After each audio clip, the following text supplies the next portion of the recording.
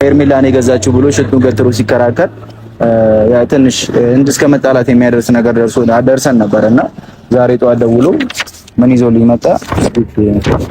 እንዳለ ትራንዛክሽን የተፈጸመበት ነገር ይዞልኝ ሙሉ ስሙን ማተምም አለው። አታርግዝም ጊዜ ይፈቷል አይደል ነገሩ። ሆድ እኮ ተደብቆ አይቀርም ያብጣል። አርግዛም ከሆነ ሌላም በሽታ ከሆነ በሽታ በቀጠለ ቁጥር እንሰማዋለን። ብርሃን ሴትነት ጉዳይ ሆኖ የምትፈራው ነገሩ እንዳይበዛ የምትፈራው ነገር ይኖራል። እኔ አርግዛ ከሆነም በቃ አሁን እኮ ጥርጣሬያችን እኮ እየገባቸው ነው። ያው አርግዛ እንደሆነ እየጠረጠረን እንደሆነ እየገባት ነው። እውነትም አርግዛ ከሆነ ትንገረን፣ ከማንም እንደሆነ እንስማው። ከአቤልም ከሆነ ትንገረን፣ ከሌላም ሰው ከሆነ ትንገረኝ። ምክንያቱም ጊዜው ሳይሄድ ነው መፍትሄ የሚፈለገው። ገብቷል ወይ? ሽምግልናም ከሆነ አቤልም ሽምግልና እኔ ልደታ ጓደኞቹ ነው። ወርቁ ፌክ ነው ተባለ። እውነት ነው ቤተሰብ? እኔ አላምንም። እውነት አይደለም፣ ፌክ ነው፣ አርቲፊሻል ነው። ስለዚህ አርቲፊሻል ነውና አውቀው ነው ይሄንን ነገር እያደረጉ ያሉት። ቤተሰብ እኛ አውቀን እየተሸወድን ነው። የምር እየሸወዱ ነው እነዚህ ልጆች። አውቀው ሆን ብለው እያደረጉት፣ እኛ ለምንድን ነው የነሱ የምንታለለው? አውቀው ሆን ብለው እያደረጉት ነገር ነው። ይሄንን ሄርሜላና ጉድ ቤተሰብ፣ ዘንድሮ ማይሰማ ጉድ የለም ጭራሽ። ሄርሜላ ከእንትና እንዳረገዘች እኮ እናውቃለን። ከማን ነው ይሄ?